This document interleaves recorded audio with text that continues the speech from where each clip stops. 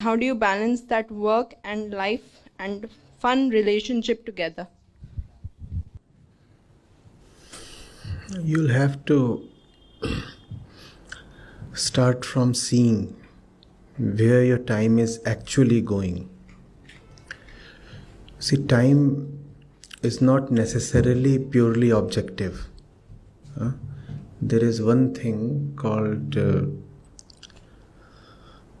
the what you could call it as the material time,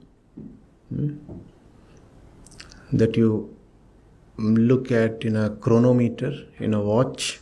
You could call it the chronological time. And there is another thing that we experience, time in the head. As we experience it, time in the head. So, mental time, psychological time. Psychological time does not run the same way as material time. Intervals that are boring to us, distasteful to us, dislikable to us, stretch within. They are experienced as bigger and more important than they really are. So, for example, I took around 1.5 hours coming to your college. I am at Juhu. But these 1.5 hours appeared longer than 1.5. Right? Now, if I'm not being very objective about my time, I'll feel as if of my, let's say, 17, 18 waking hours and the 14 odd hours that I have available for work, to and fro commute has taken away 6 hours. Whereas objectively, how much has been expended? 1.5 plus another 1.5. So that's just 3. But because the Mumbai traffic obviously is not something anybody can relish. Because you cannot relish it, because every moment feels like a tax, a burden. So internally this expands to 6. And that's okay. That's okay to know that this time is not likable, so it is appearing longer. But it is a mistake when that internal appearance is transported to outer calculations. Internally, it appeared like 6 hours. Now, if I take that 6 hours as an objective figure, as a material reality, then I'll entitle myself to say, oh, I have all in all 14 hours available to myself in the day. And out of those 14 hours, 6 hours have been taken away by the commute. I'm not deliberately deceiving anybody. It's just that I am not mindful of the fact that the experiencer shapes the experience. I do not know that. The experiencer of 3 hours can shape them to make them appear like, feel like 6 hours. All that is within. The 6 hours are within, not here. Here there are only 3 hours. But the moment I say, oh, I lost 6 hours out of 14, I have entitled myself to feel like a sufferer or a victim. Not only that, I have licensed myself to say that a huge chunk, 40% of my time, is being needlessly spent on something, and I'm helpless in that regard because I can't change my commute time. So what do I do if my academic results are not that good, or if I do not get time for my co-curricular activities, or time for socializing, or time for sports, or time for entertainment, and so many other things that a young person wants to have in life? The thing is, we ought to be objective. We ought to know where it really is going. Are we keeping a record? Try keeping a record. Try seeing where it actually is going. And you might find that nobody is actually all that short of time. Time is there. It's just that when time is expended in activities that please us, we try to hide that time. Because it's our little joyful secret. I spent 1 hour doing something that is very pleasing, but at the same time, not productive at all, not useful at all. There is no creativity in that.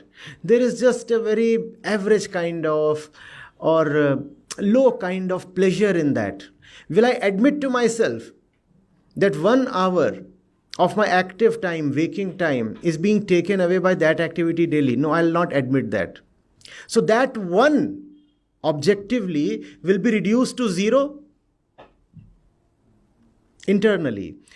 And 3 hours of commute objectively will be blown up to 6 internally. So the calculations will go haywire. When you will put the numbers on the sheet, if you're not being objective, if you're just going by appearances and experiences, you will feel, oh my God, I'm just a victim. I'm a poor victim because I'm a Mumbai girl. And the traffic is so bad and the college timings, they are so oppressive. What do? I have no time for self-development, for co-curriculars, and I want to visit libraries, and I want to have a nice little walk on the beach in the evenings, and none of that is being possible. Because the entire system is just oppressing me. That's not really the case. If you will be honest, you will find that significant chunks of your time are being taken away by activities you do not even want to admit to yourself. All of us are involved in activities that simply, but silently, surreptitiously, gnaw at our time. Those things are not bold enough and open enough to just come and declare, yes, we are going to take away 2 hours of your daily schedule. They will not declare that. Because if they'll declare that, they will be caught. You'll say, oh, it's so bad. 2 hours spent every day gossiping, chatting, or scrolling reels. No, that's just too bad. So what will we do? We will act to ourselves. We'll pretend to ourselves as if that time does not exist at all. So those 2 objective hours will simply be marked as 0 within. No, that didn't happen. Yes, I went to bed at 11 because, I'm a student. I'm supposed to wake up like 6, 7 maximum. I have to reach the college at what time? 8, 9? 8. So I'm supposed to wake up at 5:30 so that I can leave the home by 6:15 and be here in time. And how was I feeling in the commute? Drowsy, energyless, all sapped out, ready to fall over. The neighbor was trying to be extra careful. Anytime something can tumble over me. Why was all that happening? Because, did you really sleep at 11 p.m.? No. 11 p.m. is when you declare to yourself that you have gone to bed. Till 1 a.m. in the night, it was Instagram. Is that not so? And I'm not saying that offhand. The usage statistics of social media among the youth very clearly bring out this aspect. Young people are most active on social media 2 hours before and 2 hours after midnight. 10 p.m. to 2 a.m. That's when young people are running about on social media. Why don't we talk about that traffic? There's a lot of traffic there. Why don't we talk about the traffic there? You know what happened? You'd have been in your school at that time and you wouldn't have had a phone available to you.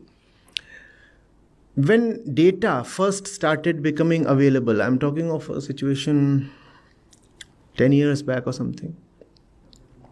These companies, they came up with plans. Not that data started becoming available in 2012. That was 20 years back. But I'm talking of the plans specifically. They came up with plans that made data cheaper between 9 p.m. and 3 a.m. And it worked for them.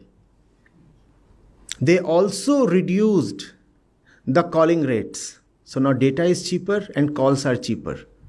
And what are all the young people doing?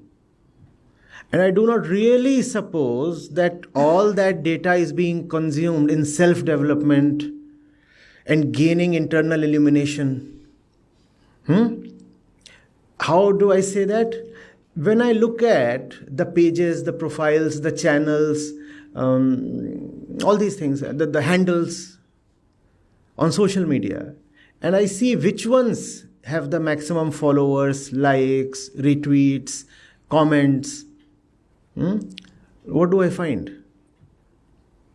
What do I find? The worst quality ones have the maximum traffic. Pages and profiles and channels that ought to have been starved of any viewership are the ones frolicking in attention. They are literally inundated with viewership. And all that is happening between 10 p.m. and 2 a.m. That's where the youth of India is spending its time. First of all, your time is not going into something you'd want it to be devoted to. Secondly, you are empowering. I'm not talking about you, please. It's not. I'm talking about the youth of this country in general. Secondly, you are empowering all kinds of worthless and very mediocre people. And they are turning into your role models, your celebrities. It's a double jeopardy. That which deserves to command your attention is being starved of attention. And even viewership is a market. If you do not look at it, if you do not look at something, that thing in due course of time will cease to exist. You know how the social media engines operate. If something is not receiving viewer attention, it will no more come up in the search results or in the notifications or in the various other things. On the other hand, if something is getting popular, it will get more popular. It will be shown to more people. So figure out where your time is really going. There are things you can do nothing about. You or I cannot change the traffic situation in Mumbai, right? But there are things we can do something about. Let's rather talk of them. Otherwise, talking of immovables becomes a clever internal ploy to not move even the movable. Talking about the unchangeable becomes an excuse to not change even the changeable. Figure out where your time is. And if commuting takes so much time, use that constructively. I do not know whether the train or bus or personal thing you are using affords you that kind of convenience. But if you can read, read. If you cannot read, use earphones or headphone. Use audio files. That's the best use of. There have been people who have educated themselves in the course of their journeys. There have been people who have written beautiful books in the course of their hospitalization. So try to make the best use of whatever situation you are in. I do not know whether this satisfies you, but